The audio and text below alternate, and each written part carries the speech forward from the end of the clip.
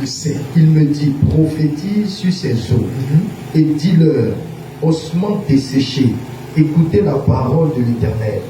Ainsi parle le Seigneur l'Éternel à ces eaux. Voici, je vais faire entrer en vous un esprit et vous vivrez. Je vous donnerai des nerfs, je ferai croître sur vous de la chair. Je vous couvrirai de peau, je mettrai en vous un esprit et vous vivrez. Amen. Et vous saurez que je suis l'Éternel. Je prophétisais selon l'ordre que j'avais reçu. Et quand je prophétisais, il eut un bruit.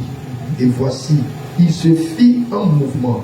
Et les eaux s'approchèrent. Et les eaux s'approchaient les uns des autres. Dis Amen. Dis Amen fort. Allons-y. Je regardais et voici, il leur vint des nerfs, la chair crue et la peau les couvrit par-dessus. Mais il n'y avait point en eux d'esprit. Il me dit, prophétise et parle à l'esprit. Prophétise, fils de l'homme. Et je dis à l'esprit, ainsi parle le Seigneur l'Éternel. Esprit, viens des quatre vents. Viens des quatre vents. Souffle sur ces morts. Souffle sur ces morts. Et qu'il revive. Et qu'il revive. Je prophétisais selon l'ordre qu'il m'avait donné. Et l'esprit entra en eux. Et il reprit vie. Et ils se tinrent sur leurs pieds. C'était une armée nombreuse, très nombreuse. Très nombreuse. Il me dit, fils de l'homme, ces eaux, c'est toute la maison d'Israël. Voici, ils disent, nos eaux sont desséchées, notre espérance est détruite et nous sommes perdus. Prophétise donc et dis-leur, ainsi parle le Seigneur l'Éternel, voici, j'ouvrirai vos sépulcres et je vous ferai sortir de vos sépulcres, ô mon peuple, et je vous ramènerai dans le pays d'Israël. Amen. Amen. Amen. Est-ce que tu peux acclamer la parole du Seigneur? Acclame très fort la parole du Seigneur. Alléluia. Cette parole est très importante. Dieu se révèle à Ézéchiel et lui montre des choses extraordinaires. Et pendant qu'il montre ces choses à Ézéchiel, le peuple est en train de pleurer parce qu'il ne comprenait plus leur vie. Tout était desséché. Donc quand Dieu s'est révélé à lui, il l'a emmené dans une vallée. Il dit lui-même que le Seigneur l'a pris en esprit. Et il l'a emmené dans une vallée. Et dans cette vallée-là, il voit des eaux qui étaient secs. Alléluia. Quand un os, par exemple, quand nos frères là, ils font tabaski et puis on a tué un bœuf, on a mangé et puis il y a un gros os qui est resté en train de traîner dans la ville. Quand on le retrouve un an après, il est comment? Il est comment? Il est fané, il est comment? Il est sec. Il est sec. Alléluia. Il est sec. C'est-à-dire que lorsque ça vieillit, sur un tel os là, on ne peut plus rien espérer. Bon, un animal qui vivait et puis il est mort. Est-ce que l'air peut pousser encore sur ses os? C'est pas possible. C'est pas possible. C'est comme ça quand tu regardes souvent la situation de ta vie, tu vois qu'il y a des années en arrière. Ta vie n'est pas en train de devenir quelque chose. Ta vie est devenue fade. Ta vie n'a plus d'attrait. Ta vie est là. Elle ne vaut plus rien. Elle n'est même pas en train d'être utile à la société.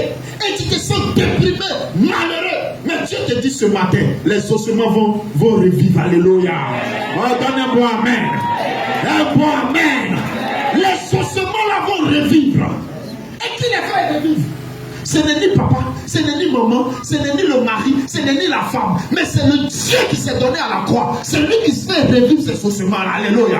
Parce que c'est lui qui les a créés. Si tu prends peut-être même un animal qui vient de mourir, peut-être qu'on va prier, et puis on va dire il y aura résurrection, n'est-ce pas? Et puis on va espérer que les nerfs qui étaient déjà là, puisse fonctionner à nouveau. Mais l'animal qui est mort, on a coupé, on a préparé.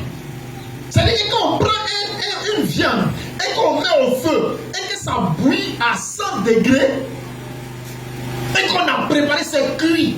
C'est-à-dire que toute la substance vitale, c'est parti. Il n'y a plus rien dedans qui va donner espoir que quelque chose va devenir quelque chose. Plus rien. Ce sont ces éléments-là, ce sont ces moments-là, ce sont ces choses-là que Dieu aime. Là où on ne peut plus faire de récupération, c'est là où il intervient. Quand tout le monde a conclu, les scientifiques ont conclu, les experts ont conclu, les archéologues ont conclu, tout le monde a conclu que les eaux qu'on voit dans la vallée là, attends, un homme qui est mort, on l'a enterré. Hein? Ou bien des hommes qui sont morts, on les a enterrés. Ça fait 5 ans, ça fait 10 ans. Vous savez que, bon, pour si vous vous renseignez très bien, vous allez voir que dans les cimetières là, dans un même cimetière, depuis 1960, on enterre les gens. Est-ce que vous pensez que ça là c'est possible? Dans un même cimetière, les gens meurent. On est en 2023. Depuis 1960, on enterre les gens dans le cimetière. Et il y a toujours place pour enterrer les gens. Si vous avez l'occasion de voir les funérailles, vous allez voir que les vendredis là, surtout quand moi j'habitais du côté de Williamsville et que j'ai travaillé à l'église de Philadelphie, l'église de Philadelphie là, l'église de réveil de Philadelphie là, c'est placé à côté du cimetière de Williamsville. Donc les samedis quand tu es là, tu peux sans t'en rendre compte compter le nombre de comment on appelle ça, corbillards qui rentrent. Ça rentre, cortège sur cortège. Déjà 9h, le ballet commence. Jusqu'à 17h, 18h, on continue d'enterrer les gens. Mais dans ce même cimetière, depuis 1960, on enterre seulement. Et puis à place, on enterre. Ça doit nous interpeller. Comment ça se passe? Les gens, ils ont enterré depuis 1960 là. Hein? 20 ans après, on s'en va déterrer. On déterre.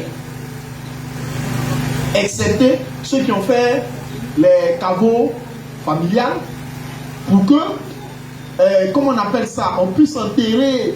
C'est-à-dire que c'est une illustre personnalité. Si tu as déterré lui là, c'est fini. Hein, ça voit que quelque chose s'est passé. Mais des gens qui sont dans l'anonymat, quand ils sont morts des années, 20 ans, 25, 30 ans après, on se va déterrer leurs eaux là. Et il y a une fosse commune dans laquelle ils versent tous ces eaux là. C'est à ça que ressemblait la vallée que Dieu a présentée à Ézéchiel. Il regarde, il lui dit quoi? Les eaux là étaient nombreux. Vieux eaux. Un os de 1960. Depuis l'âge de la pierre taillée, l'âge de la pierre polie, son os. Tu ne peux pas faire revivre ça. Il y a des eaux là. Tellement on ne peut plus rien faire. Tout ce qu'on peut faire, c'est les mettre dans le musée. Dans les musées des civilisations. Pour qu'on voit un peu comment les gens d'avant là, ils étaient, et comment ils étaient géants, comment ils étaient, comment les choses étaient, tout ça, tout ça. Amen. Mais le Seigneur, au lieu de mettre ta vie dans un musée, au lieu qu'il mette ça quelque part où les gens vont regarder pour dire, voici le témoignage. Lui là, il était comme ça, celle-là, il était comme ça. Et aujourd'hui, elle n'est plus rien devenue, voici sa vie. Il dit, je vais donner une nouvelle histoire à ta vie. Alléluia. Oh, donne-moi amen. Il va donner une nouvelle histoire à ta vie. Écoute-moi bien, ce que Dieu aime, ce qu'il apprécie, là où tout le monde a mis croix sur toi, on dit tu ne peux plus rien faire, rien devenir, il est gâté, c'est irrécupérable. Il dit voici mon temps, il est arrivé. Alléluia. Quand on t'a classé comme ça, Dieu dit que lui son temps est arrivé. Quand on t'a classé comme ça, tes zones non seulement desséchées.